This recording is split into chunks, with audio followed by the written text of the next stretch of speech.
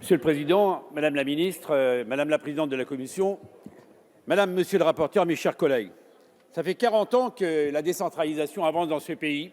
Je n'ai pas oublié les lois de 82, Mitterrand, mon roi de fer, 2004 avec Jean-Pierre Raffarin, 2010, 2016, la loi NOTRe, qu'on est en train également de réparer, dans un contexte, Madame la Ministre, où, moi je dis très clairement, j'ai connu les années 2012-2017, où il y avait 13 milliards d'euros en moins pour les collectivités territoriales, et il fallait, en tant qu'élu local, parce que j'ai été maire assez longtemps, faire avec. Et puis j'ai connu le conseiller territorial, j'ai été rapporteur pour ce texte, mais jamais appliqué. Alors, mes chers collègues, d'abord, c'est un texte qui est passé au Sénat, et c'est normal, du fait même qu'il traite des collectivités territoriales, et il y a des ajouts par le Sénat importants sur la possibilité de mutualisation intercommunale entre les communes déficitaires en termes de logement social, la possibilité de signer un contrat de mixité sociale pour tous les organismes HLM de département, pour évaluer le transfert de la médecine scolaire au département, pour permettre à certaines collectivités de demander la mise en œuvre du principe de différenciation. À partir de ces avancées, les débats ont eu lieu ici, et sur la différenciation, j'entends ce que vient de dire notre collègue Schellenberger. Moi, je suis satisfait au moins d'une chose, c'est qu'on a enfin précisé ce qu'était la différenciation. Et je vais vous donner un exemple que j'ai vécu dans ma belle ville de Châteaudun. Lorsque vous avez un lycée et un collège à construire, ce qu'on appelle une cité scolaire, on ne pouvait pas avant avoir un portage unique. Maintenant, il y a un portage unique comme une commune peut le faire depuis 30 ans. C'est ce qu'on appelle une entente. Je l'ai pratiqué, c'est la raison pour laquelle ça, c'est une avancée. Vous voyez, la conséquence d'une région et d'un département qui ne sont pas d'accord, c'est que la cantine est trop petite et les gamins, ils vont manger à l'extérieur. Sur les agences, Madame la Ministre, vous savez très bien, vous avez créé la NCT, et très bonne chose.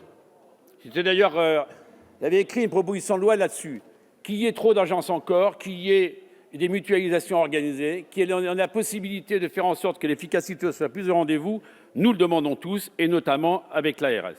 Sur le volet logement, nos collègues Laglaise, Géretti, Pipponi ont beaucoup travaillé sur ces questions. Je rappelle qu'il y a 2 millions de Français qui sont en attente d'une attribution de logement social et que plus de 1000 communes n'ont pas atteint les objectifs de logements sociaux fixés par la loi SRU.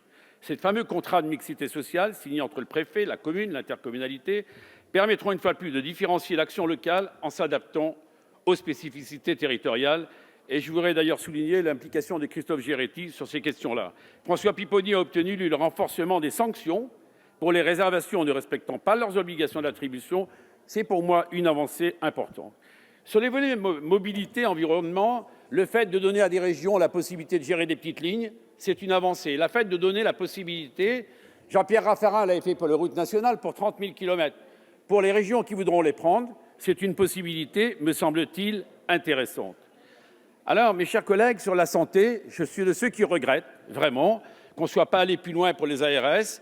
Évidemment, cette affaire de la gouvernance a été au cœur de nos débats.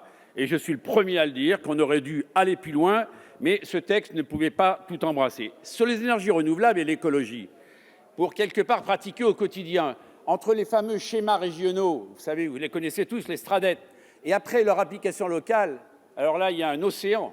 7 ans pour sortir un parc éolien. Avec ce texte, on ira plus vite, Madame la Ministre, je souhaite le dire. Sur les Outre-mer, un point positif, et nos collègues Justine Bénin et Max Mathiasin pourrait le confirmer avec moi, c'est qu'un état de calamité naturelle peut être défini et prononcé lorsqu'il y a naturellement des pandémies graves comme on les vit dans certains départements d'outre-mer.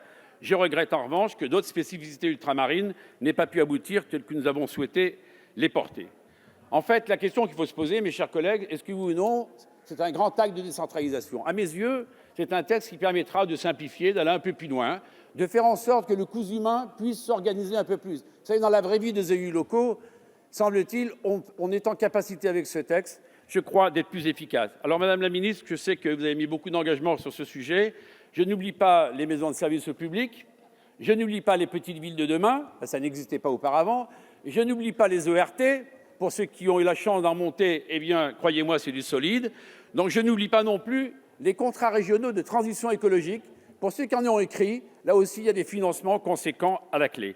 En conséquence, je dirais que c'est un pas pour la décentralisation qui en appelle d'autres.